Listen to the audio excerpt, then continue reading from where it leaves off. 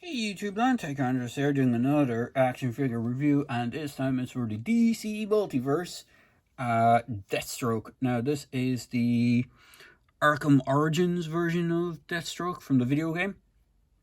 Now originally when I pre-ordered this guy, I pre-ordered him on Amazon, and I didn't read the fine print, and they said that it was either going to be this version of the figure, which is the regular version, or you'd end up with the gold platinum edition, which is the version I didn't want, and what I ended up with was a gold platinum edition, so I ended up having to get this guy off eBay. I still have the gold platinum edition. I'm not sure what I'm going to do with it. I have no real reason to have a gold platinum edition, because for photos, action figure photos, he kind of looks a bit pointless having just a random gold-ish Deathstroke for doing like crossover figures and photos and stuff like that, which I'll get into in a little bit, but that's beside the point. This is the Deathstroke figure I wanted, and he's not a bad figure. But before I get on to him, we'll just go on to the box. Standard affair with the DC multiverse, the black and white kind of emboss with the blue comics in the background. He does come with a base. I didn't take his base out. I have another DC multiverse figure base. I think it's Superman's one, or it is actually, sorry, I think it's actually the Wonder Woman's one, or the Joker's. Either way, I didn't bother taking his base out because they all pretty much come with the standard thing base, except for guys that have flight stands. Back of the box, you have other figures in the wave, or other figures that are available, and an image of the figure, which is the same image of the figure that you get with the other thing that comes in the box, which is a collectible card. And on the back it has a bit of a data file with his name, height, weight, bit of a bio on him, and just where he's from.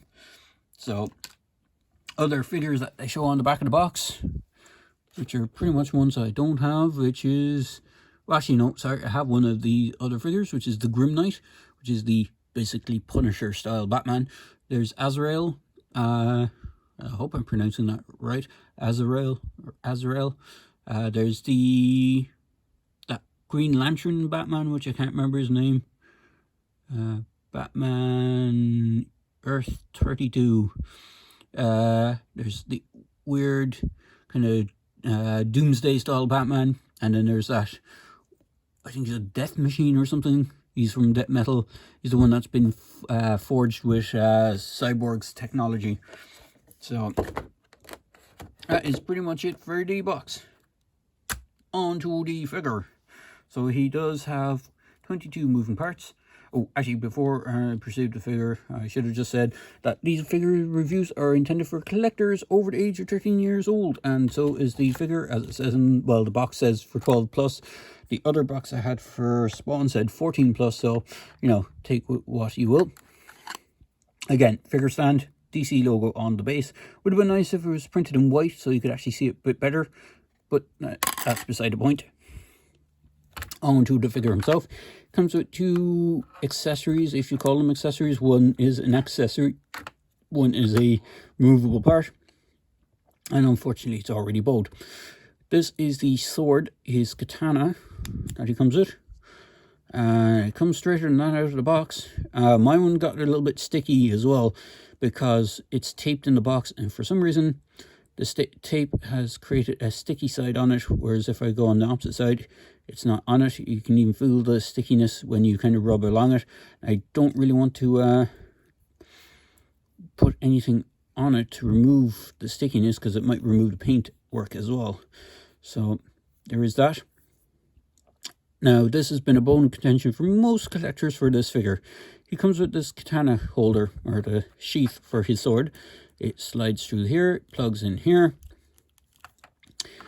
and creates a really bad way of holding a sword, because it should be perfectly straight, kind of like that. If it was closed, I think it might have actually had extra strength to actually hold it, but you put the sword in, it tends to bow, and then it creates a wobbly sword, a wibbly wobbly sword. He does hold the sword in his left hand quite nicely. Right hand. His left hand is intended for a pistol of sorts, and I will get into that in a minute. So just try and unkink the sword and unbow the sword, he does hold it.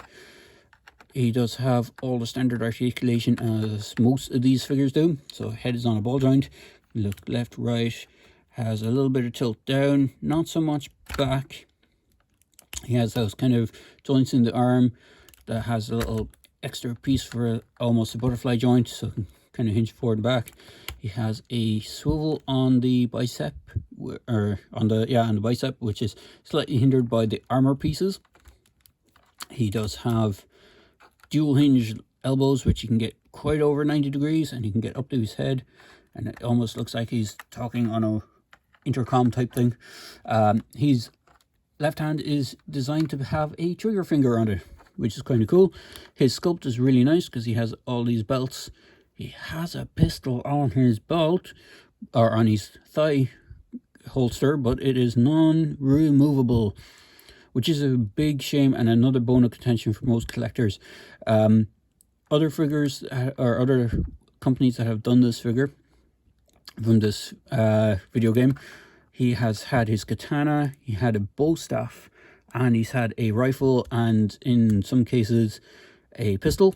Even the old Mattel Multiverse 4-inch figure had a removable pistol on his belt, and he has a katana with the same issue with the sword thing. It has that kind of open side to it, so you have that issue even on the smaller ones.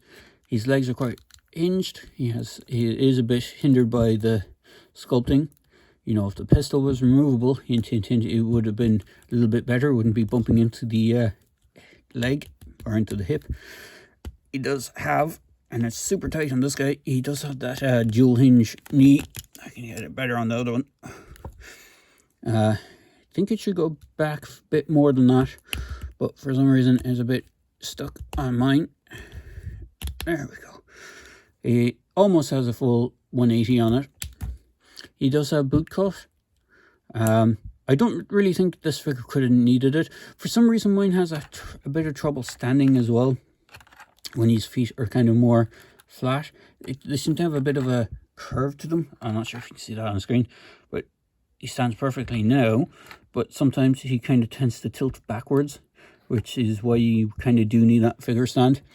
He has really nice Kevlar sort of padded armor all over him. He does have the kind of traditional chainmail sort of look to him as well, which I didn't realize was actually on the character in the video game. It's been a good long while since I've played that game, so I can't remember his overall look.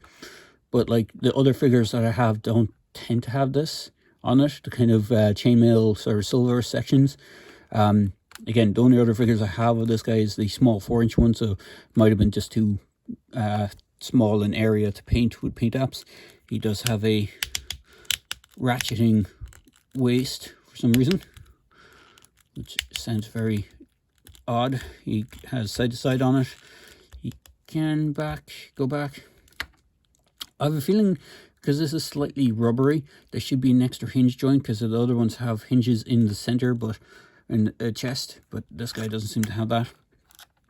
Again, he has those similar kind of hinge wrists. Now, the pegs on mine were really tight, the swivel, so I had to heat it up to actually get them to work, but overall it wasn't too bad.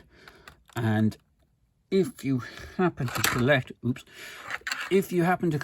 the McFarlane Fortnite figures, you can actually get a weapon for this guy that he will happily fit in his hand, which I've used several pictures, and in fact I'll probably use a picture for holding it for the small intro thing on this video review. And this pistol is actually the one that came with the aim bot from Fortnite. He comes with 2 of them, so I don't mind him sacrificing one. But even if you look at the design of the pistol on his holster, you can almost see that it looks like the exact same pistol that's in his holster, just a little bit bigger. And this guy holds it quite nicely. So you can get some really, really, really cool looking shots. And just bend his knees a bit so I can get him into focus. You can get some really cool shots if his sword wasn't so bode of him holding pistol or aiming pistol and looking in the direction the pistol is pointed.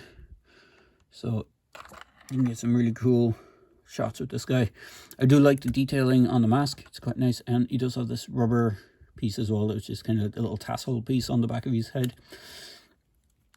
Overall, he's a good figure. Has some issues, most notably the holster for the sword, or the sheath for the sword, and that pistol holster, which would have been so nice if they had given us an extra pistol, an extra accessory. But he does, and he does have a little issue of standing with my one, so you just have to get in the right spot. But he does stand eventually, if I get him to. So he does look really, really cool. So, and for size comparison, because I have some other 7-inch figures, here he is with Jules from Pulp Fiction.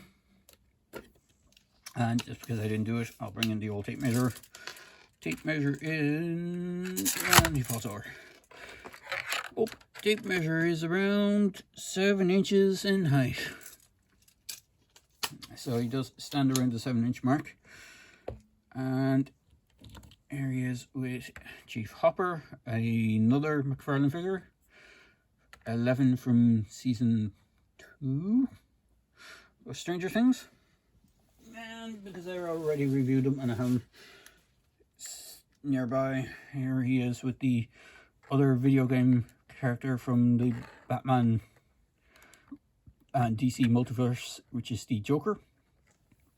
If I can get Joker to stand. Stand, Joker.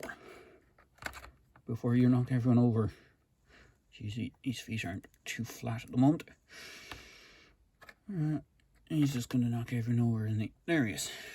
And then for another size comparison, because I have him handy and I reviewed him recently enough. Actually, what I will do is I'll get in something completely different.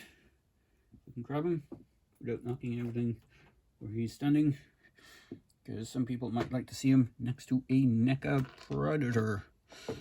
I'll just have to move the box back a bit and try not to knock everything over. Joker's gonna have to move out of the way. There. So I'm not sure you can see that. Let me just tilt my camera up a touch. Bear with me a moment. There we go. So you can see Deathstroke standing with a Predator behind him. So the Predator does stand a little bit taller than him, as he should do. Predators do tend to be a bit taller than around the 7-foot mark, and according to his little data file, this guy is around 6'2", so there's not much in the height difference between them. Well, there's a good few inches, but you know, there you go. So overall, really good figure. I do recommend picking him up. If you can get over the fact that his sword will probably end up, if you keep it in the holster or in the sheath, it will bend on you, so it's probably best to display him holding the sword. And if you have a pistol knocking around that's the right scale for him, you can give him something that's suitable. It is a shame that McFarlane decided not to, or McFarlane Toys decided not to add in a pistol to him. Even a removable one from the holster would have been nice. I mean, in all fairness, even Chief Hopper has a removable pistol in his holster, which is his iconic kind of Smith & Wesson style police revolver. I mean, he came with one. I'm not sure why he couldn't have done that with this guy. So there you go. Hope you enjoyed this video review, and as I say in my videos, please feel free to like, comment and subscribe to my channel. Cheers, guys.